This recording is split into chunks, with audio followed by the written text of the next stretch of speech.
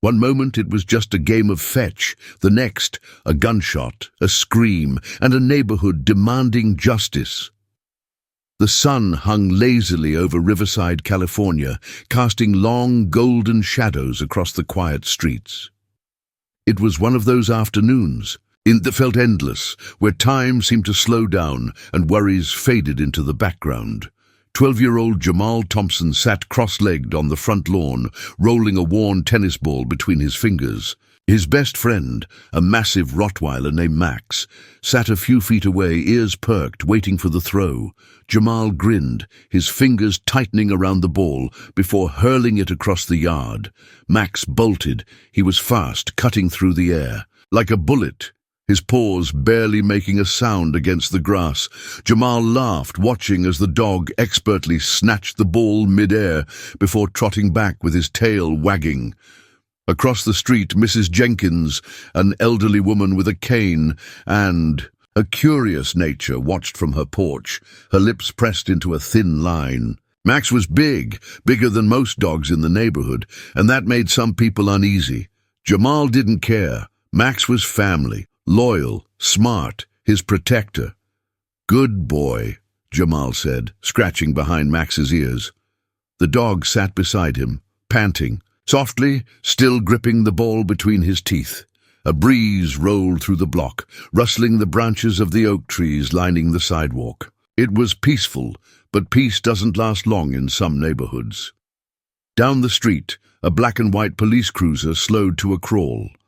Officer Ramirez, a man whose uniform seemed a bit too snug across the chest, squinted through the windshield. His radio crackled. Some vague complaint about a dangerous-looking man loose in the neighborhood. He sighed, reaching for his coffee before realizing it was already empty. His shift had been long, too long. He just wanted to go home. But then he saw it, a large black dog running. Ramirez narrowed his eyes, his fingers flexed against the steering wheel. The next few seconds would change everything, but Jamal had no idea. The tennis ball slipped from Jamal's fingers, bouncing once on the sidewalk before rolling onto the street. Max was already moving, his paws thudding softly against the pavement. As he chased after it, his tongue lolling out in excitement. It was routine, just another game. Jamal didn't think twice, but Officer Ramirez did. The police cruiser came to a sharp stop. The engine hummed, but inside the car the officer's pulse hammered louder. He had seen it before, a big dog running. Full speed, teeth bared. At least that's what he thought he saw. His training kicked in, his instincts took over. The door swung open and Ramirez moved fast, a hand on his holster, a foot on the curb, a heartbeat skipping ahead of reality. "Stop!" Ramirez barked, his voice cutting through the air like a whip. But Max wasn't stopping, not because he was charging, but because he didn't understand. The neighbors watching from their porches did. Jamal did. The boy's face, twisted realization slamming into him like a freight train. "No! He's just getting his ball!" Mrs. Jenkins was already on her feet. A few houses down, a man watering his lawn dropped his hose. People knew what was about to happen before it even happened. Jamal ran forward, arms flailing, his voice breaking with desperation. "He's not dangerous! Please!" Ramirez heard the yelling, but his mind had already made its decision. He saw threat before he saw truth. His gun was out, his finger curled around the trigger, and then, boom! The shot tore through the quiet afternoon like a bolt of lightning. Birds scattered from the telephone wires. The sound echoed, bouncing off houses, rattling windows. Max's body jerked mid-stride. He didn't understand what happened. One second he was running. The next, pain ripped through his side. His legs buckled. His momentum carried him forward before he collapsed onto the pavement. Jamal screamed, a sound too raw for a child to make, a sound that made stomachs clench and hearts break. The tennis ball rolled to a stop near Max's limp paw. Jamal dropped to his knees beside his dog, hands hovering over the wound, unsure of what to do. Max's chest rose and fell in shallow gasps. His warm brown eyes flickered up to the boy. He had spent his whole life protecting. His tail thumped weakly against the ground. The whole street stood still. Officer Ramirez's gun was still raised, smoke curling from the barrel. His chest heaved. His mind was still catching up to his actions, but it was too late. Cell phones were out. Neighbors recorded. Witnesses whispered. Someone muttered, "He wasn't even aggressive." Another voice, shaky with anger, said, "That boy just lost his dog for nothing." Ramirez finally lowered his gun. He looked around, suddenly aware of all the eyes on him, but one set of eyes burned hotter than the rest. The front door of the Thompson house swung open, and out stepped a man who had seen more than his fare. Share of violence, Marcus Thompson. He moved like a storm. He wasn't running, but every step toward his son felt heavier, like the ground itself knew what was coming. Detective Thompson wasn't just any father. He was a man trained to remain calm in the face of chaos. But right now, he wasn't calm. He was furious. The moment he saw Jamal kneeling over Max's bloody fur, something in him cracked. His son, his baby boy, was holding onto his dog like he could somehow will him back to life. Jamal's face was wet with tears, but his voice was barely above a whisper. "Dad, he shot him." The boy's fingers trembled as he touched Max's chest, feeling the slow, uneven rise and fall. The dog was still alive, but just barely. Marcus knelt beside them, one large hand resting gently on his son's back. "Keep talking to him, Jamal. Keep him awake." His voice was low, steady, but behind it was something dangerous. Then he looked up, and Officer Ramirez took a step back. The badge clipped to Marcus's belt caught the afternoon sun.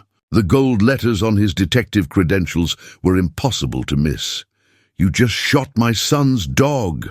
Marcus's voice didn't rise. It didn't need to. The weight of it alone was enough.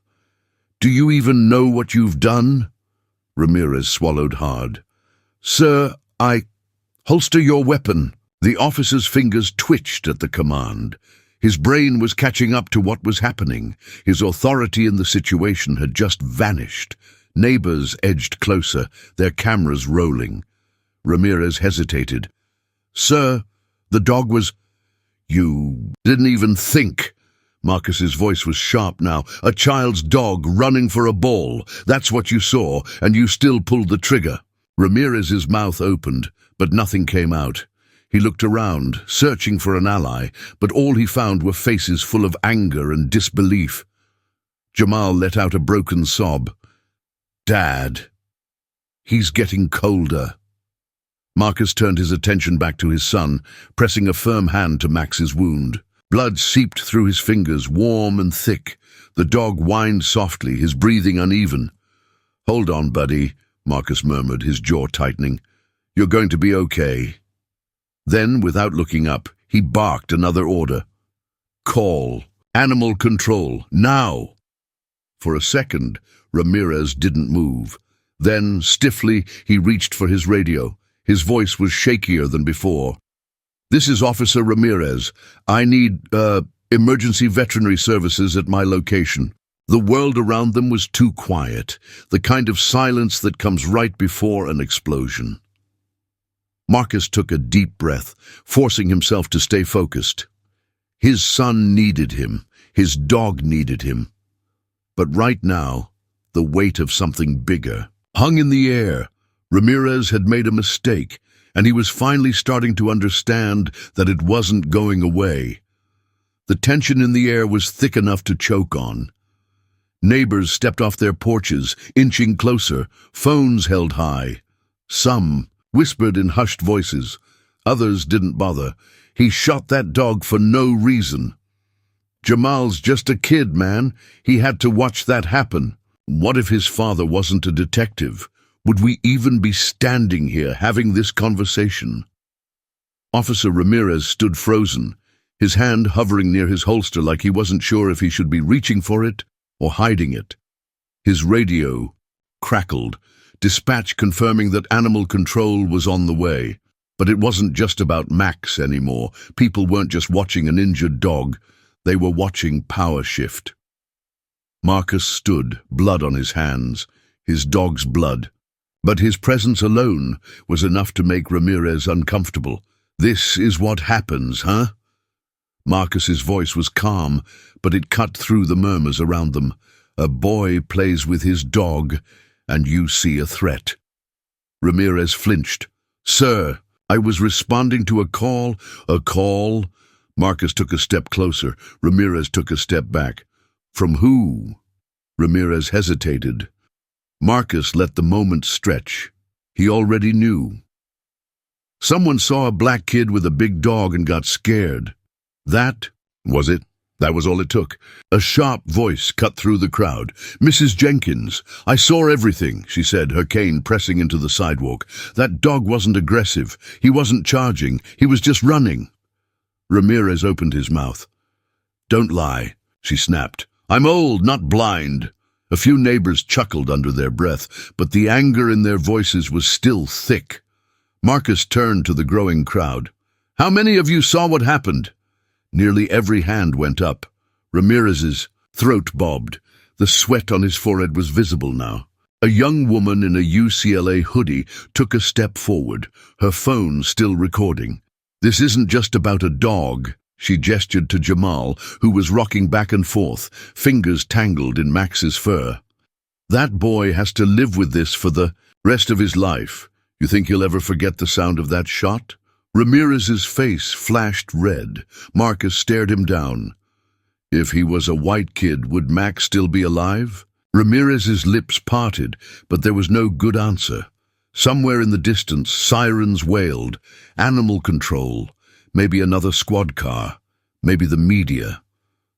This wasn't over. Not even close. The sirens grew louder, but they weren't the only thing. Closing in, a second patrol car rolled up, its tires crunching against the pavement. The officer inside, Officer Reynolds, stepped out, eyes flicking between Ramirez, Marcus, and the growing crowd. He took in the scene fast. The dog bleeding, the boy shattered, the phones in the air. Then his gaze landed on Marcus's badge. "Detective Thompson," Reynolds greeted, measured. He already knew this wasn't just another call. Marcus's voice was sharp.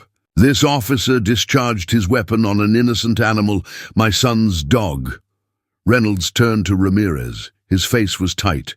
"You shot the dog?" Ramirez nodded stiffly. "I thought it was attacking." "You thought?" Marcus's voice was low, controlled. "Did you even wait to see?"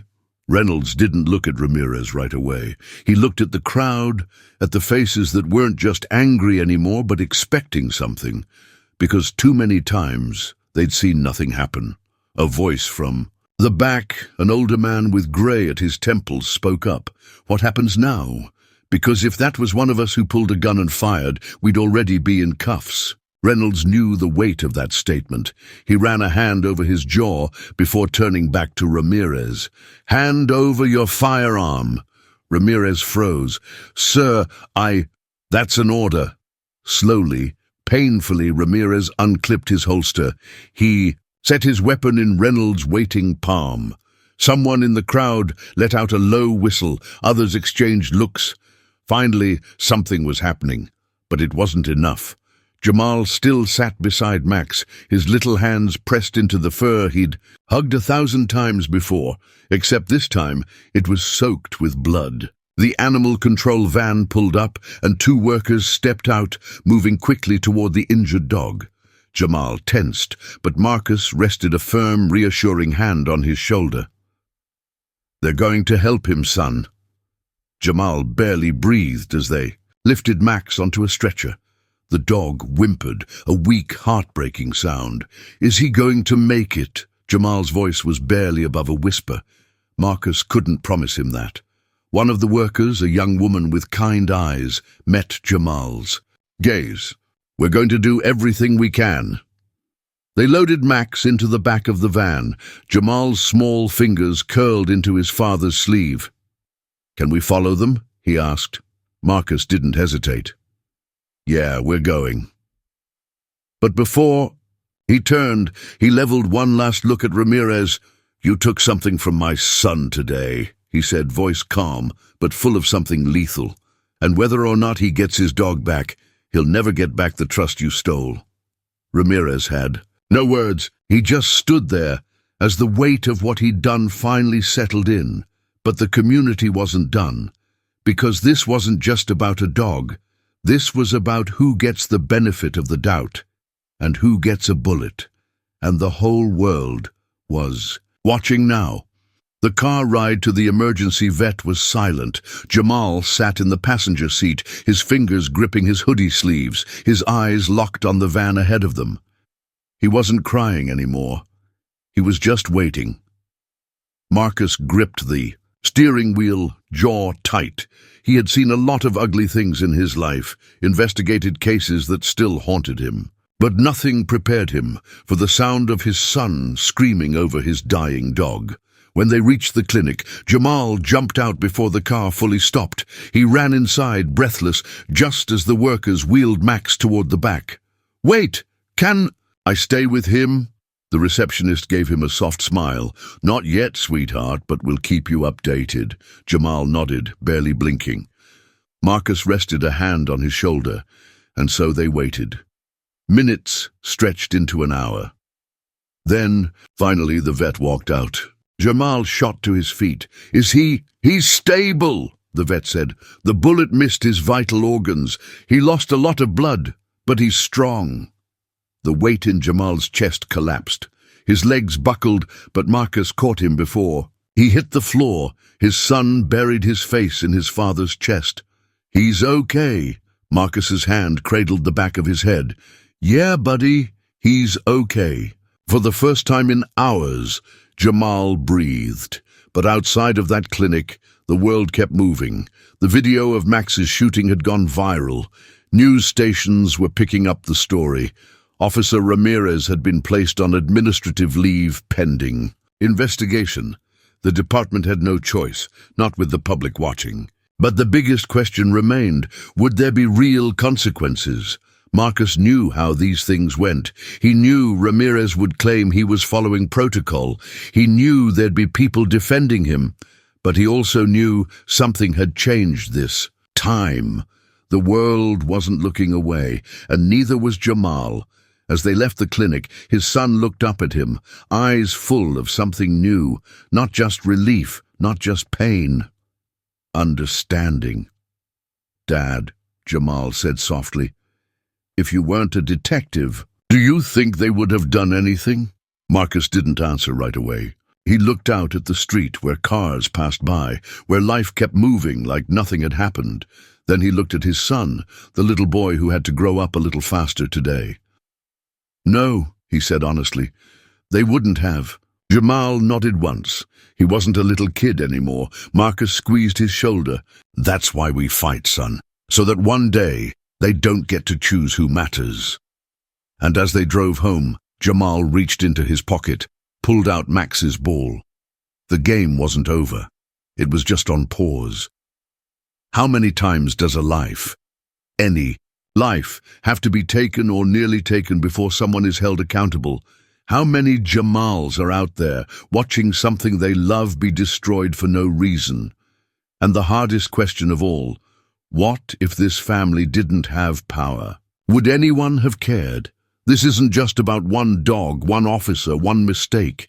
It's about a system where some people don't get second chances, where fear pulls the trigger before reason ever steps in. And that has to change. If you believe in accountability, in justice, in making sure no child has to go through what Jamal did, share this story. Talk about it. Make sure the right people are watching, because silence is how these stories disappear. And this one? It won't.